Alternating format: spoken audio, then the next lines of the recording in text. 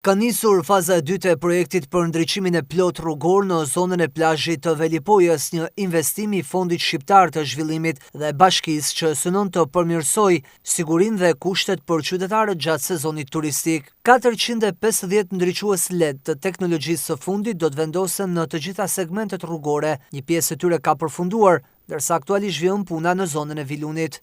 Është një projekt që ne kemi fituar nëpërmjet Fondit Shqiptar Zhvillimit për ndriçimin në të gjithë territorin e plazhit të Velipojës me ndërhyrje me ndriçues të ri LED të teknologjisë së fundit.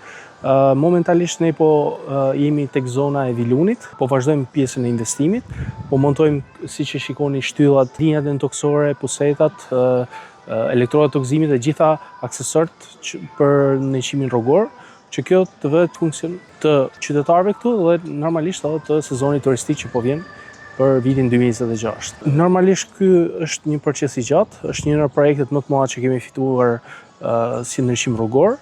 Ne kemi filluar me këtë projekt që në 2024, shpresojmë që brenda këtij viti ta përfundojmë. Kalimi nga ndriçuesit tradicional halogen në sistemin modern LED do të sjellë një ulje të kostove të energjisë. Konsumi vjetor nga 4.8 milion lek me sistemin ekzistues pritet të reduktohet në 2.3 milion lek, duke sjellë kursim prej afro 2.5 milionësh. Kjo ndërhyrje synon gjithashtu jo vetëm përmirësimin e ndriçimit publik, por dhe rritjen e standardeve të sigurisë, lëvizjes dhe cilësisë së shërbimit në një prej zonave turistike më të frekuentuara të veriut të vendit.